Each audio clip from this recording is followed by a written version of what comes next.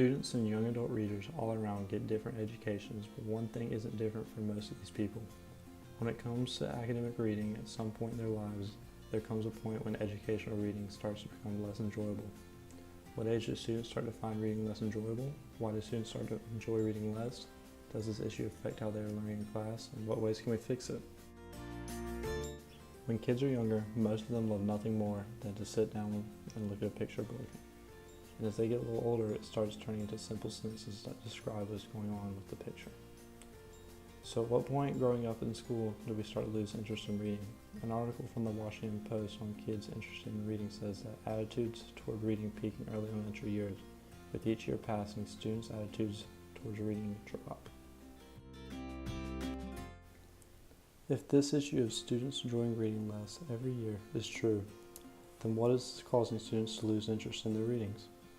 For me, going through school, I think I started to lose interest most between 8th grade and my freshman year of high school when I started to take honors English. It was the first time in my life teachers had really demanded more work in reading than I was used to being given. What made it worse was that it wasn't readings I could relate to or even cared to read about. It was readings like Shakespeare and the Odyssey. It didn't even seem like an English class. I felt like I should have gotten a foreign language credit for that class. A Washington Post article says that reasons for the enjoyment for young adult readers going down is because teachers have higher expectations for comprehension, students are given less of a choice on what they read, more genres, and there are different purposes for reading. Students who read and don't want to be reading a certain book or novel don't retain as much from what they read compared to something they enjoy. These students pick up bits and pieces of what they have read. I know for me, I would sell myself short and try to get around the reading just like a lot of my classmates I had in high school. We would get assignments and would not read to the best of our ability. We would slack and try to find a movie or summaries on what we were supposed to have read for class.